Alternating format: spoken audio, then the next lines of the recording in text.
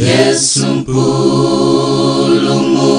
watu waima pakomo aitana iwe ndine lelo walindila alindabe imva kuitana kwake chimwemwe ndikunziwa mbuye ndikuyenda naye tu kulupira Yesu ndimau. Your only Son, no sin to hide, but you have sent him from your side to walk upon this guilty Son and to become the Lamb of God. Your gift of love they crucified, they laughed and scorned him as he died. The humble King they named a fraud and sacrificed the Lamb of God. Oh, Lamb of God, sweet Lamb of God, I love the holy Lamb of God. Oh, wash me in your precious blood, my Jesus Christ, the Lamb of God. I was so lost, I should have died, but you have brought me to your side, by your staff and rod, and to be called the Lamb of God. Oh, Lamb of God, sweet Lamb of God, I love the holy Lamb of God. Oh, wash me in your precious blood. Amen. Amen. till I am just a Lamb of God.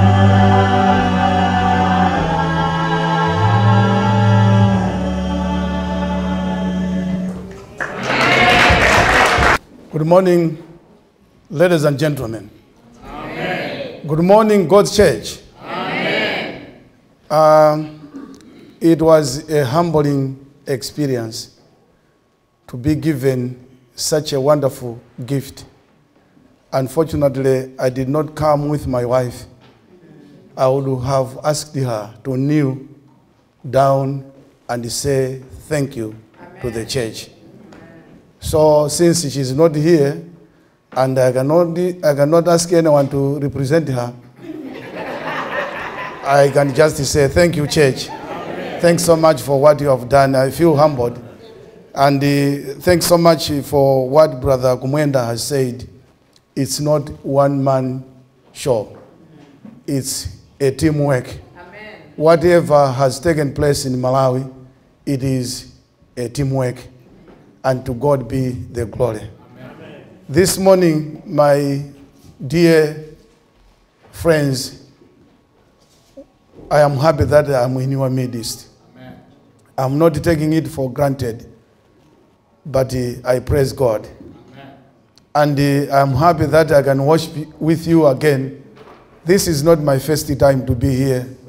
I think this can be my third time to be in this church. So I am happy that the Lord has allowed me to be here again. This afternoon, we are going to share few things just to update you what is taking place back home so that you can be updated. So come in time, we are going to share few things. I will consider time because I know you value time here. So I will try not to take much of your time, but within that short period of time, I will be able to at least give some updates of what is taking place back home. I would like to greet you in the wonderful name of our Lord Jesus Christ, who is also our Savior. Amen. I am happy that I am here, and Yesterday I was talking with my wife, and she was telling me that I should also pass greetings to you from her. Amen. Sometimes we can just say, oh yes, I will tell them that you are greeting them without saying. But this time I wanted to communicate, to pass on the message from my wife. So thanks so much that God has allowed us to be here. Our dear brethren, Brother Kaonga Katundu, and Brother, our church elder here, Brother Gumwenda, read a passage from the book of Mark chapter 2, verse 1 to 5. It's a familiar passage, but this morning we would like to meditate on this familiar passage. The passage which our friends have already gone through. It's a familiar passage, but I want to bring to your attention, the passage is loaded with information. Unfortunately, our time will not allow us to unload, unpack the information which is in this passage. But with the limited time, we are going to do something on the passage. I will start with verse number 1. My Bible says,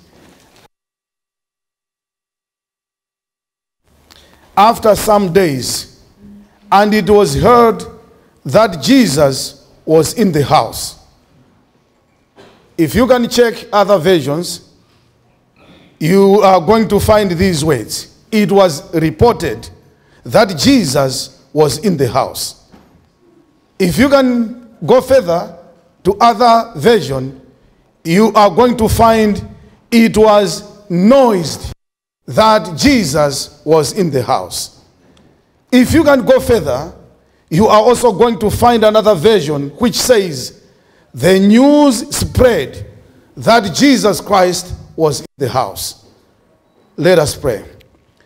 Father, this morning, we are praying that you be with us so that whatever we are going to read this morning should come from you.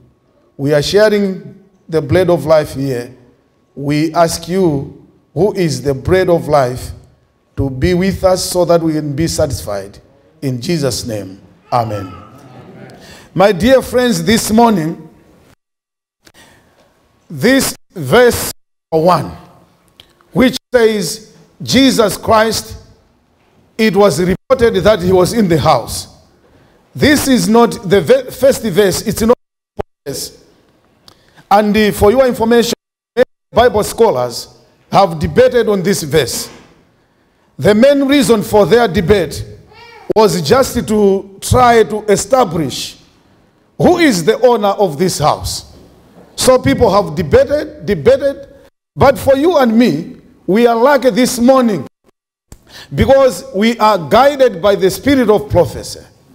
According to Ellen White, on verse 1, Ellen White has made a comment that the house in question belongs to Peter. Peter was the owner of this house. And Ellen G. White, in the book of Desire, page 267, made a comment that Jesus Christ was teaching in the house of Peter. So I'm glad this morning, as we are discussing this passage, let's settle with Ellen G. White that the house in question belongs to Peter. Peter was the owner of this house. Now, when you look at Peter, you can see someone who is excited that Jesus Christ has accepted to come and visit him. So Peter was very much excited. He was very happy to see Jesus coming to his house. You remember, friends, Peter was one of Jesus' disciples. And he, for your information, was going out with Jesus to other people's home. And he was going out. And this particular day was invited by him. It was Peter who initiated this meeting. According to Peter, he said, I've been going out with Jesus Christ to other people's home, but now I would like to ask him to come so that he can be with me, he can stay with me, I can have at least a private meeting with Jesus Christ. This beautiful country of the United States, I know that you are very, very busy all the time. But I would like to say important. Peter knew the importance of inviting Jesus. He knew that I've been out most of the time going out with Jesus, but today I would like to ask him to come. So I would like to make a suggestion to you. I know you are very, very busy people, but at times, let's try to find time, a private time, you and Jesus. You and Jesus. Find time. Amen. You and Jesus alone. Find time for prayers. Amen. Find time to read your Bible. Amen. We are very busy. Don't just go out with Jesus, but at times, ask him to come at your home. Amen. That was what Peter did. He invited Jesus that, no, we have been out with you all the time, but today I would like to ask you to come and visit my house. That was very, very important important decision for Peter to make. So I would also like to encourage you this morning that let's try to copy what Peter has done. I know we are busy people, but I would like to suggest make a decision like that of Peter, of being alone with Jesus. For Peter, this was not a public meeting. It was a private meeting. This is why he requested Jesus to come so that he can have a private talk with Jesus. But interestingly, my Bible says it was reported. The private meeting turned into a public meeting. He invited Jesus to come so that he can have a private talk. But unfortunately, my Bible says it was reported that Jesus Christ is in the house. Now the private meeting has turned into a public meeting. Why? There's a problem here. That which was expected to be a private meeting, now it has turned into a public meeting. The news about Jesus visiting Peter's house spread all over. Ladies and gentlemen, this morning, it was very difficult for Peter to do a secret meeting with Jesus. It was very difficult for Peter to host Jesus without people knowing. You cannot hide Jesus in your home. You cannot hide Jesus in your home. You cannot have a affair with Jesus without people knowing. Amen. No matter how long it will take, people will know that you are walking with Jesus. Amen. You cannot do it privately. Amen. This is what is happening. Peter invited to come and visit him. It was a private meeting, but later on it turned into a public meeting. Why? Because he tried to invite Jesus to be his friend. So it was very difficult for him to hide Jesus in his home. Friends, you cannot hide Jesus in your home. You cannot. People will still know that you are with Jesus. Many people in Capernaum knew that Peter was hosting Jesus. The moment you decided to have him in your home, people will know, will begin to see positive changes taking place in your spiritual life. Amen. He is someone, when you invite, your life will be transformed. Amen. He will change your home to a better home. Yes. I encourage you, each one of you, I would like to encourage you to propose him as your best friend. Amen. You will not go wrong. He was in the house. Why? I believe it all started with Peter, who on this particular day was hosting Jesus. I believe he went out to tell neighbors that I have a special guest at my home. I believe he made it possible that people around his community should know that he was hosting Jesus. I believe after giving out this report, many people came to his house. And my Bible says the house was too small to accommodate them. I'm not very sure, friends, this morning, I'm not very sure if people around your house, if people around you are aware that you are hosting Jesus in your home. I'm not very sure. Peter made it a point that every neighbor should know that I'm hosting Jesus. Peter went out to tell his friends, relatives, neighbors, workmates, that Jesus is in my house. Peter could not afford to keep this good news to himself. He went out sharing, and in no time, his house was full. I want to commend Peter for not hiding this good news. Now, let me ask this question to you. For how long have you stayed at your location? And how many people around your house are aware that you are keeping Jesus in your home?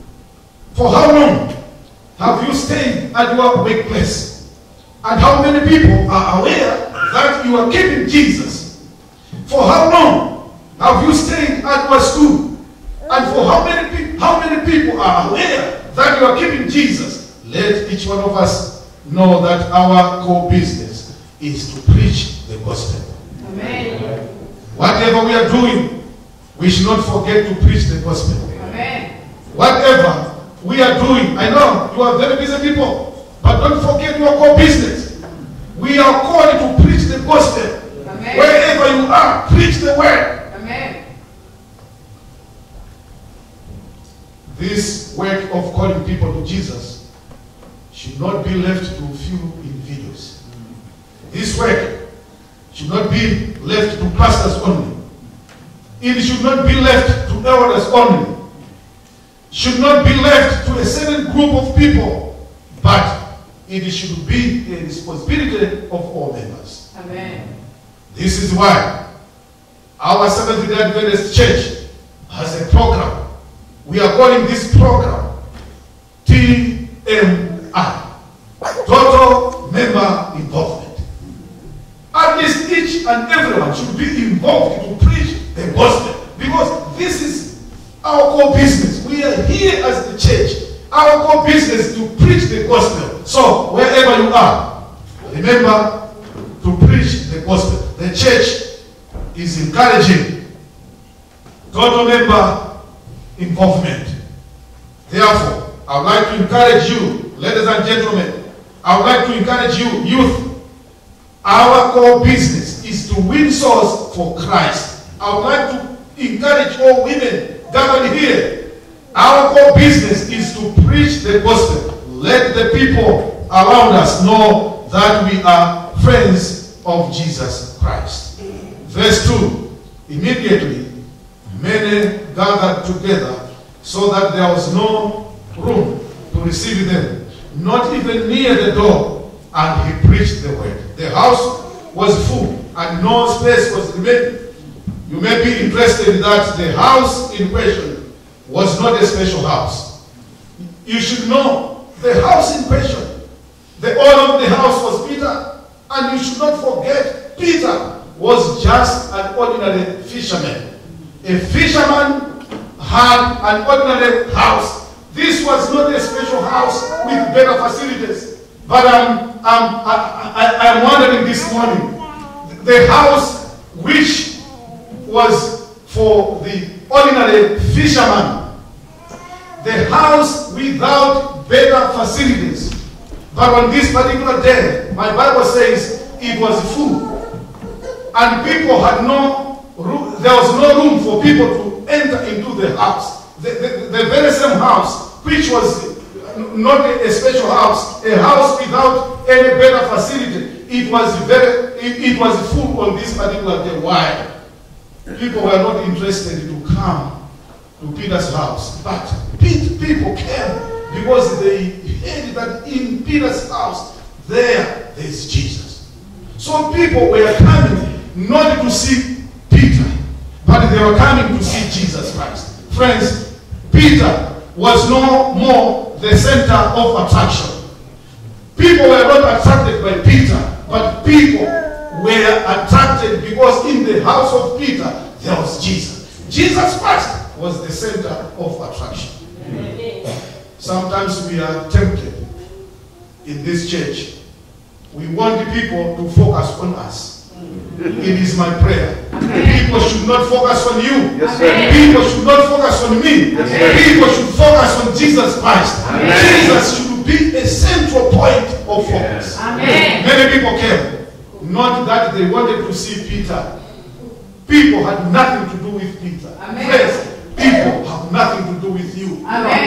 People would like to see Jesus in you. So these people were coming not to see Peter, not to see this ordinary house for this ordinary fisherman, but they wanted to see Jesus, who was in that ordinary house, which was belonged to the ordinary fisherman. Friends, I want you to know, we are just ordinary people. But if we can allow Jesus to be in us, people will be attracted, not with us, but Jesus who is in us. And many people gathered, and my Bible says there was no any place for them to stay.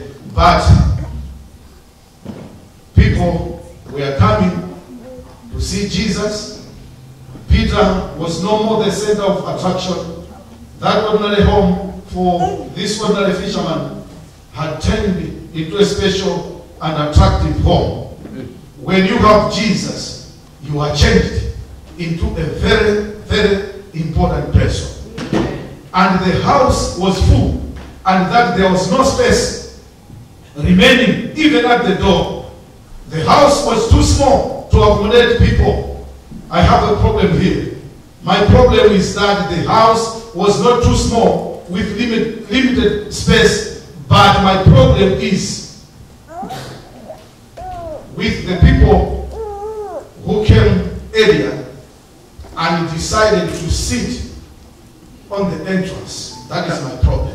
My problem was not that the house was too small, but my problem is with those people. Why are they sitting there on the entrance? Why?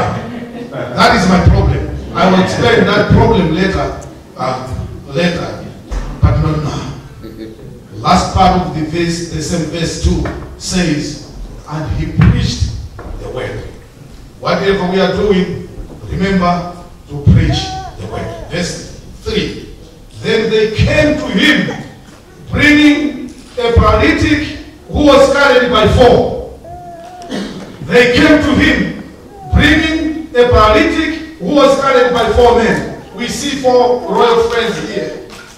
These men heard about Jesus Christ. They were very sure if their friend can be carried to Jesus, he will be healed. They carried him to the home of Peter so that he can meet Jesus. Friends, we are here to carry each other's burden. When we have friends who are unable to walk, help them. I want to commend the sick man. Not that he was sick, no. But I want to commend him. Why? The man was paralyzed. But praise be to God that he made friends before he got paralyzed. The men who came to carry him were his own friends. Amen. Listen, the friendship was not made when things were, the friendship was made when things were normal with him. He made these friends when he was physically fit. it's sad this morning, some of us here, we begin to look for friends when we are paralyzed. Amen. That is not the best time for you to look for a friend. Make friends today when you are physically fit, mentally fit, financially able. Make friends when you still employed. Make friends when your marriage is stable. Yes, sir. Make friends today and let it be known to you. Friends you make today are not for today, but you need them tomorrow. Make friends today. They are not for today, but you need them tomorrow. Amen. As you are sitting in your class, I encourage you to make friends. As you are sitting in this church, I would like to encourage you to make friends. As you are here in this beautiful land of America, I encourage you to make friends. Amen. Friends, we don't need them today, you need them tomorrow. Amen. Make friends here in US. They are not for you today, but we need them tomorrow. I'm being reminded of Joseph, who was in prison, and while there, he made friends. After some time, one of them remembered him. That's right. You make friends for tomorrow, not for today. In December 2017, I went home for a holiday. I went home for a holiday, and when I was seated at my house, I saw a young man coming, and he said, I am Patrick Zinyongo. My dad, Mr. Zinyongo, has told me that you were together at primary school, and according to him, you were friends. I said, yes, I remember your dad, Mr. Zinyongo. So, when my dad heard that you are here, he has requested me to come so that I can just greet you and remind you that you are my dad's friend. And that I should just let you know that there was an advocate from Malawi College, and I just wanted to let you know that I have applied.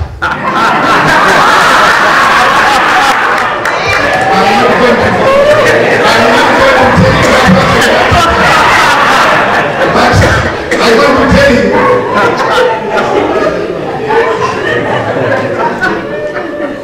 friends are not for today, you need them tomorrow. Can you imagine Brother Khaula Zinyongo, when we were in primary school, I don't think he knew that I would be the chairperson for Malawi College.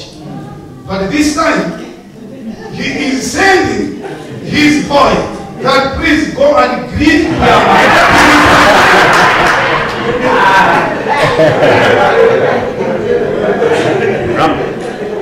Remember, we make friends not for today, but for tomorrow. Yes. And you are still make friends. You are not making them for today, but you need them tomorrow.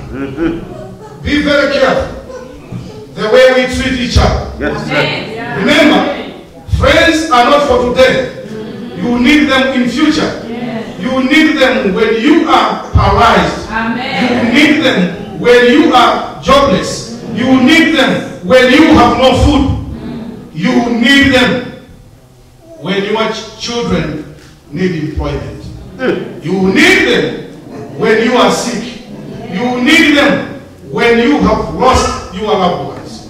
You need them when you are divorced. Amen. Friends are not for today, friends are for tomorrow. Amen. A paralytic man carried by 4. Let me commend these 4 men. I've commended the sick man that he made these friends when he was physically fit. But this time he is paralyzed. He cannot walk, but those old friends came to carry him. So this time I would like to commend the 4 men who came to carry this paralytic person. Let me commend these 4 men. Although their friend was sick, was paralyzed, they did not abandon him. Amen. They did not run away from him. They still valued him as a good friend. Amen. We are in a world where you can easily be deserted. People can easily dump you. They can easily abandon you. We are in this world. Things can change. We have seen people, their good friends, running away from them. I would like to commend these 4 men. This one was a hopeless person. He was paralyzed. He had nothing. He lost money. He was nothing. But they came to him to carry him because they remembered that this is our friend. Let us go and help him. The man was hopeless, but his friends did not abandon him. Parents, this morning, do not abandon your children because you need them to go. Teachers who are here, do not write off your students. Do not do that. There is still hope for them. Parents, do not give up on your children. Amen. Don't forget that everyone was made in God's image. Always remember that the future of your child is in God's hand. I remember the story of Thomas Edison, the one who invented the electric bulb.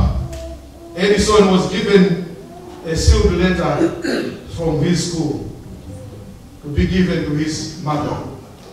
The poor old man, after reading the letter, she looked disappointed and shedded tears. When Edison saw his mother shedding tears after reading that letter, Edison saw his mother shedding tears. He wanted to know what has happened. In response to him, his mother said, "My son, these are tears of joy. You are teachers.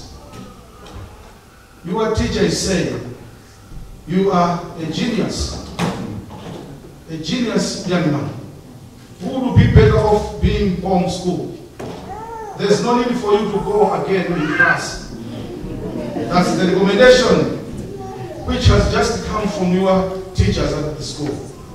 His mother started teaching him at home and was successful.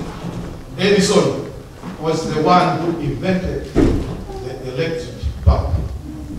Edison Thomas did not know what his mother was trying to invent up until this day, after the death of his mother, that he went into the room of his mother. He was trying to pack the items for his mother because his mother is dead now. And as he was packing, Edison saw that old letter. The letter was sealed and was given to him so that the letter should be dropped to his mother. He had no chance to read the content. Now this time, he saw this letter and he started reading. The letter says, "We teachers of Edison, dear mother of Edison Thomas, we teachers of Edison have tried to help your child to pick up in class, but have seriously failed. Your child seems to have a mental deficiency and cannot in any way make it. As such, the academic committee of the school has agreed to expel him from school, for he cannot make it. please tell your son not to come again. I am happy. The letter, he saw the letter after he has already done great things. Edison shedded tears. He said, I would love if my mother was here. Teachers abandoned me, but my mother showed potential in me. Yes. I'd like to encourage parents this morning. See potential in your child. Amen. Do not abandon him. We can learn from the mother of Edison. Parents, see that potential in your child. See the potential which your child has. Do not in any way write off him. Members of this church, do not write off your fellow member. See a potential in him. Do not in any way write off him. They saw a sick man carried by 4. When his friends asked how he is going to be carried, he told them, I have a bed, I have a stretcher. So his friends used this stretcher to carry him. Friends, this is very encouraging. We are not total failures. At least we have a stretcher. Amen. This man was paralyzed. And when friends came, we want to carry you to Jesus. And how are we going to carry you? Because you are paralyzed, you cannot stand, you cannot walk, you cannot sit. What are we going to do? The man responded, I have nothing. The only thing which has remained with me is this stretcher, is this bed. So these 4 good friends used the very same stretcher to carry this sick man to Jesus Christ. Parents, don't give up on your children who are not doing well behavior-wise. Try them again on a stretcher. Amen. Members, do not give up on your fellow members who are not doing well spiritually. Carry them on a stretcher to Jesus. Amen. Men, do not give up on your wife. Stretcher them to Jesus. Women, stretcher your men to Jesus Christ. No one is a total failure. Amen. Those who are studying, I would like to encourage you. Carry your friends, your fellow students on a stretcher. Amen. Those ones are not total failures. Put them on a stretcher. Help them. These people came and they helped this gentleman and they carried him to Jesus Christ. They saw a man carried by 4. Friends, the work of saving Saul, the work of saving this brother was done jointly by 4 men. Amen. The work of saving a sinner will not be done by 1 person. The work of God in this earth can never be finished until the men and women comprising of our church membership rally to the work and unite their efforts with those of ministers and church officers. Amen. Testimonies. Volume 9, page 116. We need to do this work jointly. Amen. So that we can save those people who are sinking in sin. Amen. Verse 4 says, and when they could not come near him because of crowd, they uncovered the roof where he was. So when they had broken through, they laid down the bed on which the paralytic was lying. The house was too small to accommodate people. The problem here was not that the house was small. No, that was not the problem. But the problem here was that some people decided to stay on the entrance. The people who sat on the entrance made others fail to enter the house. Evangelism, page 110, Ellen White says, the Lord does not work to bring many souls into the church. the Lord does not now work to bring many souls into the truth because of the church members who have never been converted, which blocks up the way of the cross. There are some who have just decided to sit on the entrance. So those ones are making some people to fail to enter, to come near the cross. They are blocking. The goodness, when these people saw that the house is full, these 4 royal friends did not give up. Amen. They tried to negotiate with those who sat on the entrance. That please, we have this sick man who is not feeling well. Please, can you open the space here? They were discussing within themselves. Tell them, where were they? We came here early in the morning. Where were they? And those who were in front were raising their voices. Where were they? You, where were you? Where were you?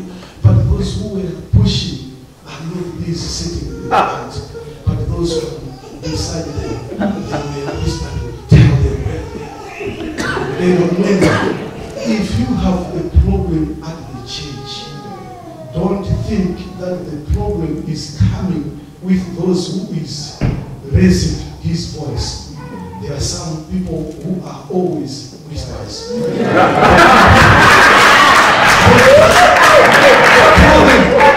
So friends, these people, they did not give them any space. But praise God, they did not give up. They said, oh, they are not creating any space for us. Don't worry. So they started making a survey. So they made a survey and they saw that it is possible to go up the roof. Yes, sir. So they left these people. Leave them alone. We are going to find a way through. Because our target, we want to see Jesus. So 2 men went on top of the roof. And according to the Bible, they were digging the roof. Listen, they were not digging for the sake of digging. They were not opening for the sake of opening.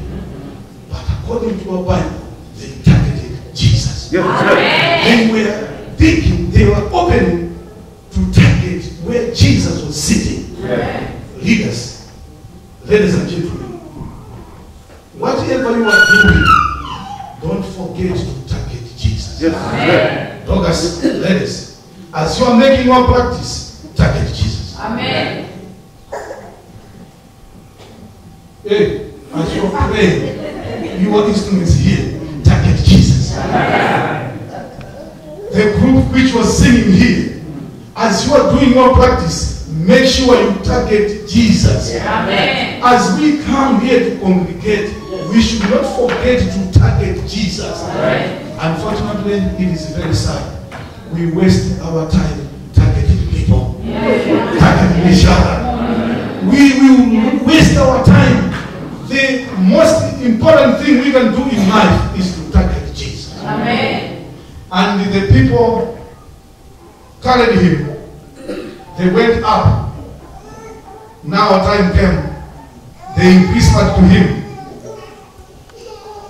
our dear brother, we have been carrying you from your home, but now we would like to drop you. That one alone, we are not going to escort you. Can you imagine, friends? They were on the top of the roof, and the man said, I am ready. You can drop me. Friends, don't worry when people are making plans to drop you. Amen. Just get prepared. If they are going to drop you, where am I going to? The good news, they dropped him, but the good news, they went straight on the foot of Jesus Christ. Get there. People are planning to drop you. Yes, sir. And don't worry. Yes, sir. just get prepared that when they are being dropped, at least I should be dropped near the foot of Jesus. And Jesus saw him and he raised his head and he saw those 4 men. And Jesus recognized those 4 men. And he said, friends, because of your faith, this gentleman, his sins have been forgiven. Amen. He did not commend the sick man. He knew that for this to happen, it is because of those 4 men. Yeah. So Jesus forgave him. The man, the sick man, was very happy. He was missing Jesus. But now he was able to meet Jesus. He was missing Jesus. A certain family had 2 troublesome young men. The first one was 12. The second one was 9. And their mother heard that there is a preacher who is preaching in town. And the preacher who was preaching a powerful message in town, he is also the counselor. So the mother went to him, Pastor, I have 2 naughty boys. Please, can you help me? And the counselor said to this man, to this lady, I can help you. What we are going to do, tell them to meet me. But I would like to meet them separately. So let me start with this young man. Tell him to come tomorrow at 9. And this young man went. And the first one was waiting. Then this young man went and met the pastor. The pastor was a giant man with a powerful voice. So he welcomed the young man. Young man, you can sit here. This giant pastor started with a simple question to this young man. Young man, where is God? And this young man was not able to respond because he did not know how to respond. The pastor repeated, young man, where is God? The 3rd time, young man, I'm talking to you, where is God? And this young man started to shiver. The 4th time, when the pastor asked, this young man stood and he went out of the office and he went straight to his house. And he entered the house. He went straight to his bedroom and he covered himself in his bed. The first his elder brother saw him coming. And he was very much interested to know, my brother, how was it? So this young man, he covered himself and he said, my brother, we are in trouble today. We are in trouble today. I went to meet the pastor in town, but according to him, it appears God is missing. And we are the first suspects. The pastor in town, we are in trouble. God is missing. My dear brothers, here in Michiana Church, we have a problem. God is missing in our ministry. Amen. And it appears we are the first suspects. Don't forget, we don't need friends for the day. We need them for the morning. So I would like to encourage you, whatever you are doing, don't forget to make friends. You not need them here, but you need them tomorrow. Amen. I wonder this morning, who is your friend? Let us not forget, Jesus Jesus Christ is our best friend. Amen. Let's try to invite him to come to our house. We would like to copy Peter. On this particular day, he said, let me also invite Jesus Christ to come to my house. Jesus is our best friend. I know you came here. Some of you came here to work. Some of you came here to study. But don't forget to make Jesus Christ as your best friend. Amen. He will not disappoint you. He will not run away from you. May the good Lord continue to bless each one of you. Continue to bless the church here at Michiana. We should make Jesus Christ to be our best friend. He will intend help us to love one another. We want you to have for a special prayer. And I would like to ask our leader, Dr. Fune, to pray for us.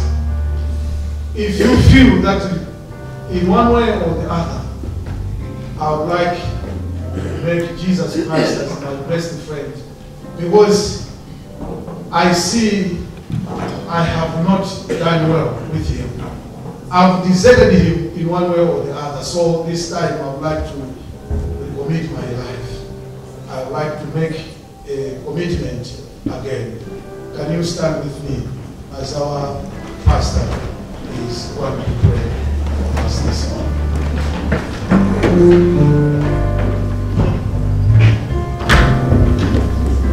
Shall we pray? A very simple passage which we all know, but the message is totally new.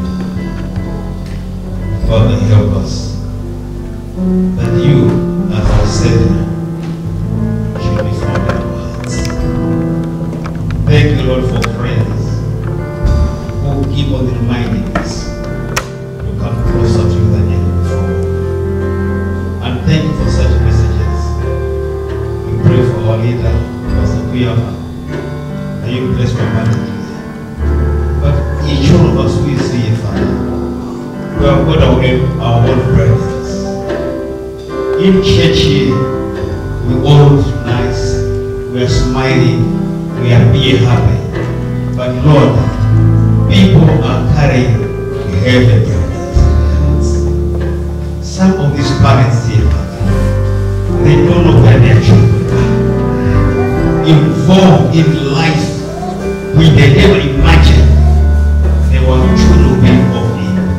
Father, I pray for those children, and I pray for the parents in especially. Like the prodigal son who was out there, Father, raise up that catastrophe which will make these children come back to the fold. These parents should not give up. We should not give up. Some, we are struggling with a loss of debts, school debts, medical bills, and other things. Father, I pray that meet us at our point of need. And so, Father, we are thinking of allowing us back home. People back home are carrying lots of issues, and they write us asking for financial help, and yet we ourselves here are struggling. Father, I pray that help us to find it and have steady jobs which we can do to sustain ourselves here, but also back home. But above all, Lord, forgive our sins and forgive our parents. May we be brought closer to you than ever before. And thank you for hearing our prayers. For I need all these things in the name of the Father, the Son, and the Holy Spirit, now and forevermore. Amen. Amen.